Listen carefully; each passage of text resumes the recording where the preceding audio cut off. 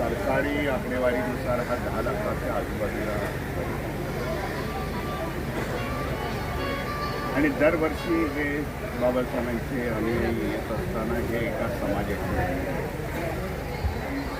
एका जाती धर्माचे नाही, तर संपूर्ण मायनॉरिटी, वंचित, schedule caste, schedule tribe, general, ज्यांनी बाबासाहेब वाचले,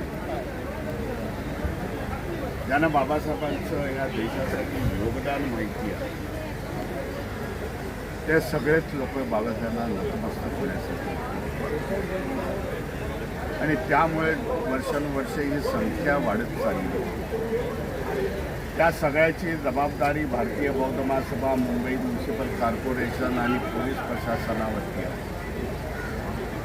तिन्ही समता सैनिक दल आहेत आमचे. आज यावेळेला 3000च्या वरती समता सैनिक दल आम्ही डिप्लॉय केलेले, कार्यरत केलेल्या.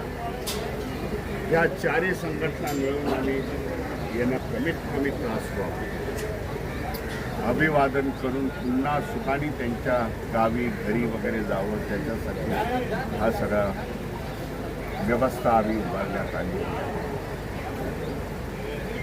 आणि प्रत्येक आलेला अनुयायी म्हणजे मुंबई सोडून त्याला भोजनाची व्यवस्था सामाजिक संस्थेच्या वतीने, भारतीय बौद्ध महासभेच्या वतीने आम्ही केली.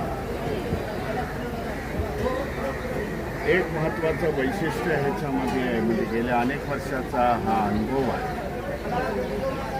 बाबासाहेबांना अभिवादन करणारा हा बाबासाहेबांचा अनुयायी हा शांततेत येतो आणि शांततेत अभिवादन करून आपापल्या गावी, आपापल्या शहरामध्ये, आपल्या ठिकाणी निघून जातो. हे सगळी कौतुकास्पद बाब आहे, दुसऱ्यांसाठी आदर्श आहे. म्हणून ह्या व्यवस्था आहे आणि त्याच्यामुळे मी सगळं महापालिका, पोलीस प्रशासन यांचं पण देखील सहकार्य चांगलं असल्यामुळे व्यवस्था चांगल्यापैकी आहे. जय हिंद.